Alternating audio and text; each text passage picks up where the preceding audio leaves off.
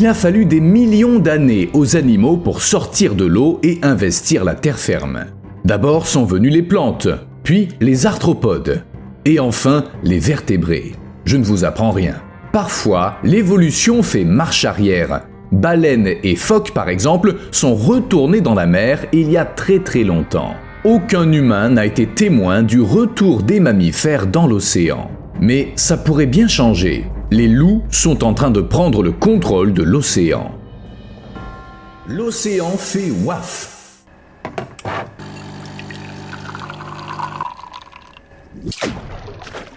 Voici un rappel discret de faire un petit quelque chose sous la vidéo. Que sait-on des loups? Tout d'abord qu'ils sont très doués pour s'adapter. Les différentes espèces de loups vivent dans toutes sortes d'environnements.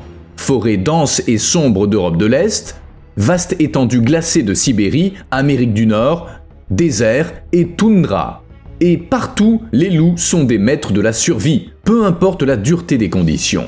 Mais aujourd'hui, on va parler d'une espèce en particulier, native de la côte pacifique nord-ouest. Le loup de Vancouver, ou loup des côtes, est une sous-espèce unique du loup gris. Il s'est adapté à la vie sur le rivage océanique, chassant le saumon, nageant d'une île à l'autre et prospérant dans l'un des environnements les plus rudes de la planète. Insaisissable, mystérieux, puissant. Bref, ce loup est devenu un symbole de la nature sauvage de cette terre. Pourtant, au premier regard, on dirait un loup ordinaire comme on en voit à l'intérieur des terres. Mais cette impression est trompeuse. Quand on en apprend un peu plus sur cette espèce, sa singularité saute aux yeux. Récemment encore, les chercheurs n'en savaient pas plus sur le loup des côtes que la moyenne des gens. On a commencé à soupçonner que ces loups étaient différents dans les années 1930, quand le zoologue Ian McTaggart-Cowan a remarqué des bizarreries dans leur apparence et leur comportement. Mais les premières recherches sérieuses n'ont eu lieu qu'en 1998, et les chercheurs ont alors commencé à comprendre ce qui caractérisait cette sous-espèce. Et il y avait de quoi faire. Les loups des côtes vivent essentiellement en bord de mer, du sud de l'Alaska à l'île de Vancouver. Ces prédateurs sont adaptés à la vie dans un environnement côtier rude. Leur fourrure est épaisse et souvent sombre pour les protéger du vent et de la pluie, et les motifs de certains individus se confondent avec les tons vert-brun de la forêt humide. D'autres, sous l'effet de l'air salé et des embruns, prennent une teinte plus pâle. Ils sont un peu plus petits que la moyenne, sans doute à cause des proies qu'ils chassent. Mais la principale différence n'est pas leur taille, mais leur mode de vie. Ce sont des nageurs forts et rapides. Ils ne se contentent pas de traverser des rivières. Ils peuvent nager plusieurs kilomètres en pleine mer, en ne gardant que les yeux, les oreilles et le visage au-dessus de la surface. Par exemple, sur l'île Goose, située à 13 km de Bella Bella, vit une meute, et le seul moyen d'accéder à l'île, c'est en nageant. Leur régime alimentaire est unique. 90% de leur nourriture provient de l'océan. Les chasseurs solitaires s'attaquent aux phoques ou aux loutres, et les meutes se régalent des carcasses de baleines. Ils dénichent des palourdes, ils creusent le sable de leurs pattes et ils brisent les coquilles de moules avec leurs mâchoires puissantes. Ce lien avec la mer, avec le monde côtier, en fait une population unique dont l'ADN diffère de celui des loups vivant à l'intérieur des terres. Déterminer la composition du régime des loups des côtes n'a pas été facile. Pour y parvenir, les chercheurs ont dû ruser. Des dispositifs comme les colliers GPS ne marchent pas toujours, donc les chercheurs ont fait appel à une méthode non invasive. La nature elle-même leur a fourni la solution. Chaque jour, les loups laissent derrière eux une riche source d'informations, leurs excréments. Une des premières à les étudier était Heather Bryan, étudiante à l'époque et plus tard professeure de sciences des écosystèmes à l'Université du Nord de la Colombie-Britannique. Selon elle, il fallait commencer par mettre les échantillons fécaux dans un four et attendre pendant plusieurs heures. La forte chaleur tuait les parasites et les bactéries, après quoi le matériel était sûr à analyser. Seulement, le labo se remplissait également d'une forte odeur écœurante et qui s'infiltrait dans les murs et se répandait dans le bâtiment de biologie. Si vous étiez en train de manger, j'espère que vous n'avez pas imaginé ça de façon trop réaliste. Au fil du temps, après 10 ans de travail et l'analyse de 7000 échantillons, les chercheurs se sont fait une idée assez claire du régime des loups des côtes et de leur physiologie. De plus, les échantillons n'ont pas servi qu'à étudier leur alimentation, ils ont permis d'en apprendre davantage sur les habitats des animaux et de reconstituer leur aire de répartition et leurs mouvements le long de la côte. On sait maintenant que, techniquement, les loups des côtes peuvent être considérés comme des mammifères marins, comme les ours polaires par exemple. Le terme mammifère marin couvre tous les mammifères dont la survie dépend entièrement ou presque entièrement de l'océan. Ces mammifères doivent aussi avoir développé certains traits spécialisés. Plus largement, les mammifères marins sont définis comme des mammifères dont les ancêtres terrestres sont retournés à la mer ou dont l'essentiel de la nourriture provient de l'environnement marin.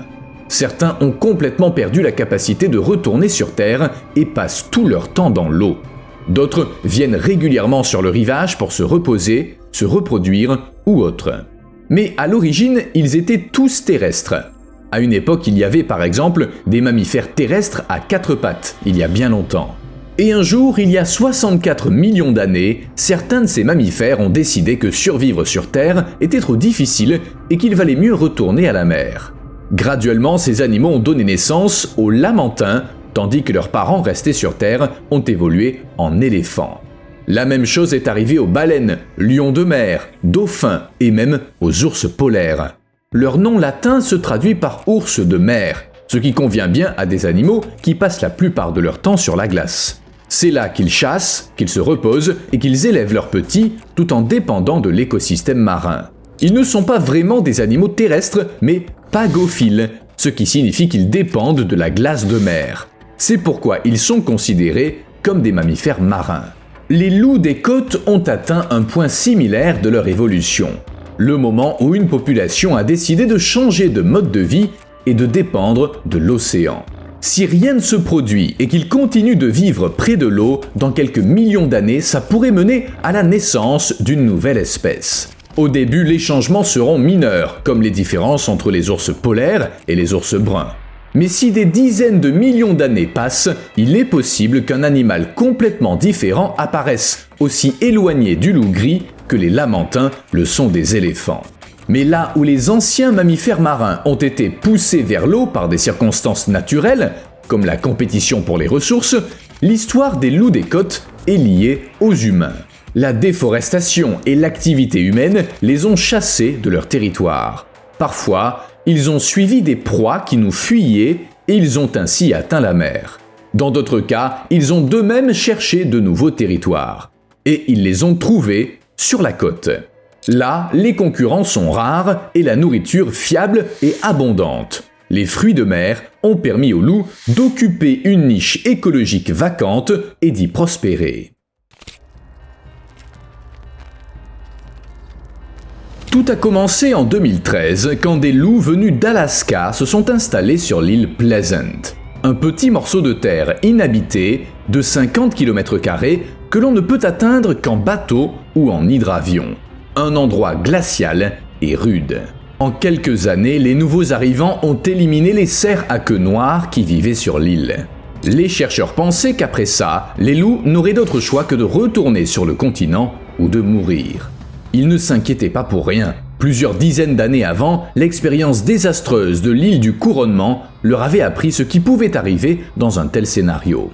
En effet, des loups qui avaient été amenés sur place ont éliminé tous les cerfs locaux avant de se retrouver pris au piège. Privés de nourriture, tenaillés par la faim, ils ont eu recours au cannibalisme avant de s'éteindre. Mais sur l'île Pleasant, les choses ont pris une autre tournure. Les loups ont non seulement survécu, mais ils sont parvenus à y prospérer.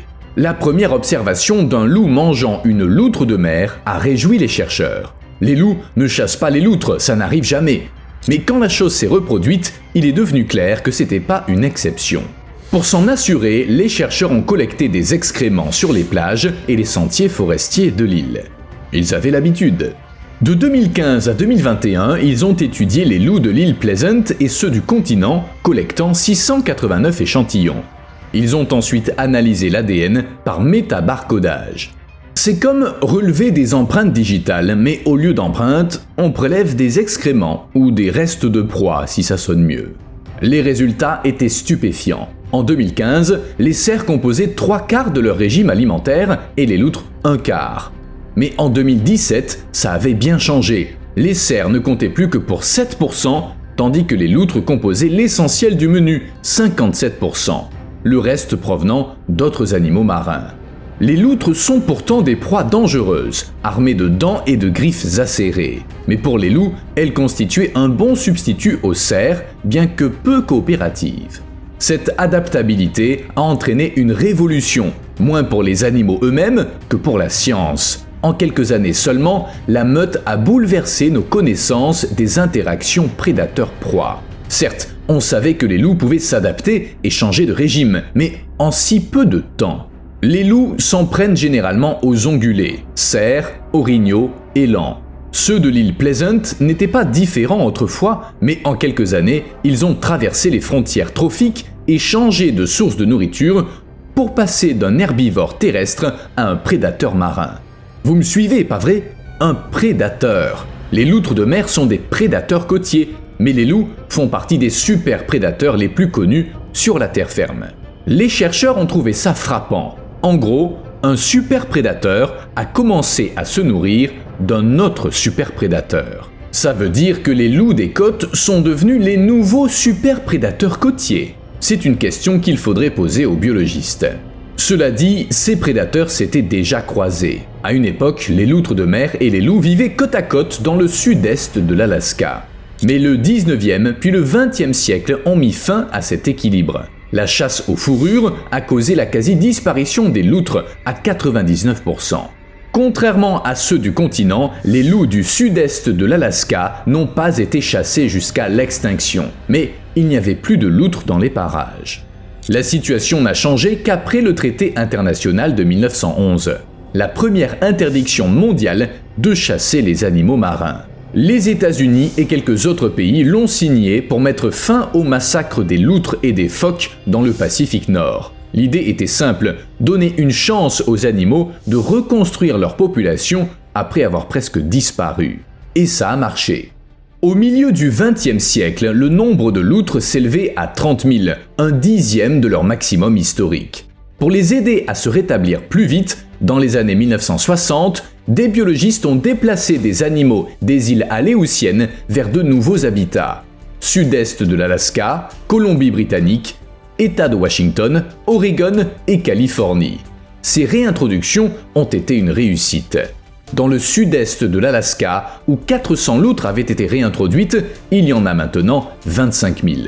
Aujourd'hui, l'océan Pacifique abrite plus de 125 000 de ces animaux. On considère que c'est l'un des plus grands succès en matière de conservation marine. Et maintenant, grâce à ces efforts, deux populations, l'une de loups et l'autre de loutres de mer, vivent à nouveau côte à côte. Leurs territoires se chevauchent et les chercheurs peuvent maintenant observer des interactions absolument fascinantes. Les loups des côtes ne se contentent pas de proies vivantes. Certaines meutes ont été vues se nourrissant de carcasses de mammifères marins, morses et belugas, phoques annelés et autres phoques. Parfois, ils font durer une grosse carcasse pendant plusieurs jours, la dépeçant petit à petit. De plus, les loups se régalent de ce que la marée laisse derrière elle, des crustacés aux carcasses de baleines. Je l'ai déjà dit, ils sont adaptables et ils savent comment tirer parti des ressources disponibles, y compris en chassant. En 2016, des biologistes du parc national de Katmai en Alaska ont été témoins d'une scène étonnante. Un loup blanc patrouillait la plage et il s'est approché de l'embouchure d'un ruisseau dont l'eau douce s'écoulait dans la baie salée de Hallow. 1 minute plus tard, le prédateur a plongé dans l'eau et attrapé la queue d'un phoque commun avec ses puissantes mâchoires. Ces phoques, au fait, sont assez gros et bien sûr, c'est des mammifères marins. Un phoque commun peut peser le double d'un loup adulte, mais le prédateur n'en avait cure. À force de tirer, le loup est parvenu à traîner le phoque sur le banc de sable. Pendant 30 minutes, ce dernier s'est débattu, mais c'était peine perdue, le loup continuant à secouer sa proie par la queue. Quand le phoque est finalement mort, le loup s'est éloigné, mais il est revenu peu après avec un membre de sa meute. Ils ont partagé la proie. C'était la première fois qu'un loup chassait un mammifère marin. La première fois que des chercheurs y assistaient en tout cas. À en juger par l'attitude du prédateur, les loups des côtes ne font pas que s'adapter à la vie le long du rivage. Ils tirent parti de nouvelles opportunités. Et ils sont même prêts à chasser dans l'eau, y compris des loutres. En 2021, des chercheurs ont été témoins de la première capture de loutres de mer par des loups des côtes. Une femelle allaitante et 2 mâles ont abattu une loutre adulte qui se reposait sur un rocher. Mais on connaît d'autres cas. Vous vous souvenez des chercheurs qui avaient collecté 689 échantillons d'excréments de loups sur 6 ans. Ils avaient aussi placé des colliers GPS sur 4 loups de l'île Pleasant et sur 9 loups du continent. Les données ont montré que les loups tuaient des loutres quand elles se trouvaient dans l'eau peu profonde ou qu'elles se reposaient sur des rochers exposés à marée basse. Au cours de 3 études de 30 jours, les chercheurs ont estimé que les loups avaient tué 28 loutres. Parfois, les loups mangent aussi des loutres mortes échouées. De cette façon, ils combinent chasse et charognage. Encore une fois, leur adaptabilité saute aux yeux. C'est le meilleur moyen de survivre n'importe où. Bien que la loutre de mer vive dans l'eau et y passe toute sa vie, morphologiquement, elle est semi-aquatique. Son corps est fait pour nager, sur Terre, elle a du mal à se déplacer. Ses pattes avant sont petites et presque inutiles pour marcher, et sa démarche est maladroite. En fait, elle rappelle un peu un phoque. Ces inconvénients sont logiques. Les loutres n'ont pas besoin de la terre ferme pour manger, se reproduire ou élever leurs petits. Elles font tout dans l'eau. Pourtant, elles s'aventurent parfois sur le rivage. Pour elles, c'est un moyen d'échapper aux prédateurs marins, de se réchauffer et de conserver la chaleur. Pour les femelles, ça permet aussi d'économiser l'énergie nécessaire à élever la progéniture. C'est à ce moment-là, quand les loutres sont sur le rivage, que les loups disposent d'un repas facile. Des prédateurs parfaitement adaptés à la mer, mais pas à la vie sur Terre. Un jour, les chercheurs se sont posé la question suivante.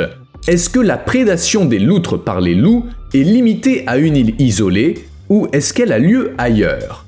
Pour le découvrir, en août 2019, ils ont attaché un dispositif enregistreur à des rondins disposés sur le rivage de la baie de Swikshack.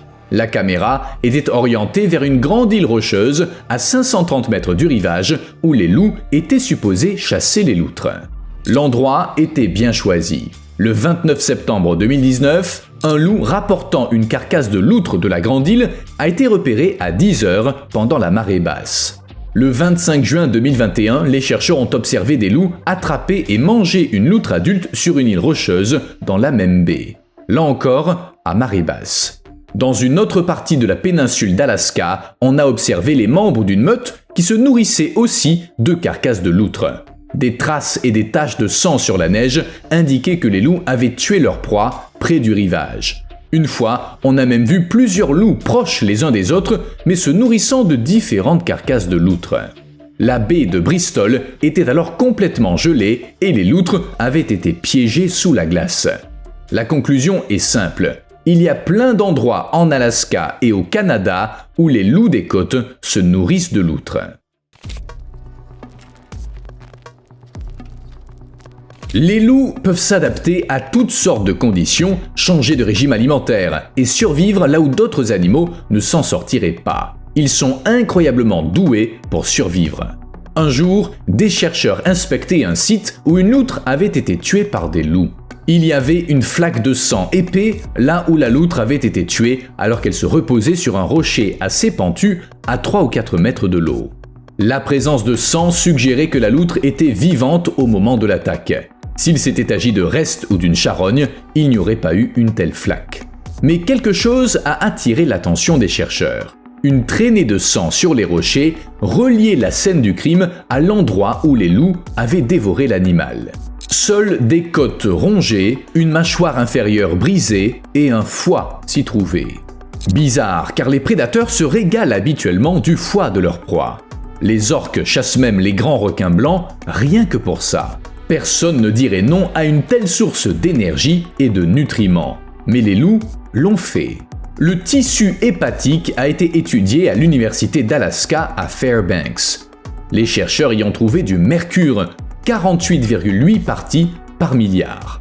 Non, c'est pas énorme, mais le foie a aussi été testé au laboratoire de santé environnementale d'Alaska pour y chercher des toxines paralysantes de crustacés. Bingo, on y a trouvé un fort taux de toxines, du genre dangereux. En bref, il semble que les loups ne mangent pas le foie des loutres car ils savent que c'est toxique. C'est pareil avec le saumon. Les loups des côtes se contentent d'un morceau de la tête et laissent le reste intact. La preuve qu'ils sont plus malins que les ours. Ceux-là mangent tout le poisson et attrapent ainsi des vers solitaires. Ne manger que la tête pourrait être un moyen d'éviter l'empoisonnement au saumon, une infection bactérienne qui affecte les canidés. L'animal mange un poisson infecté par un ver plat porteur de la bactérie. Celle-ci pénètre dans le sang et 2 semaines plus tard, en l'absence de traitement, l'animal meurt. Les loups des côtes ne peuvent pas faire appel à un veto, donc ils ne mangent pas ce qui est dangereux. Malheureusement, ça ne marche pas toujours. En 2020, une jeune femelle équipée d'un collier GPS est morte sur l'île Pleasant dans le détroit Icy, dans le sud-est de l'Alaska.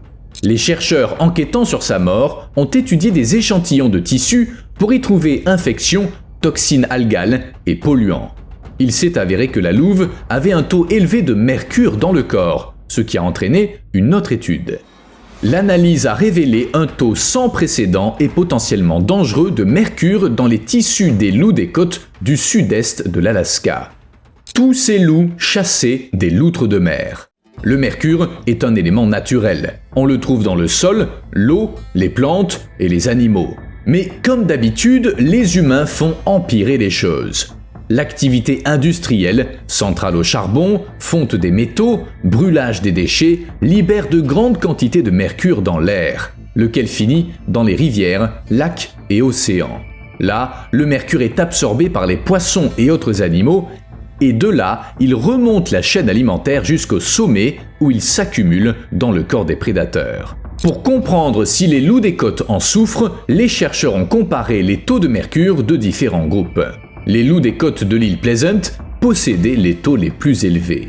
Dans leur foie, il était égal à 7 fois celui des loups qui chassent principalement sur terre et 278 fois celui des loups de l'intérieur des terres qui ne mangent aucune proie marine. Que faut-il en conclure pour les loups des côtes? Pas la peine de s'alarmer, on n'a pas encore la réponse. Les chercheurs en sont au stade des hypothèses, mais les experts en loups l'affirment. Cette espèce très adaptable a prouvé sa capacité à survivre dans toutes sortes de conditions. Peut-être qu'ils s'en sortiront cette fois encore. Vous me devez un like. À plus.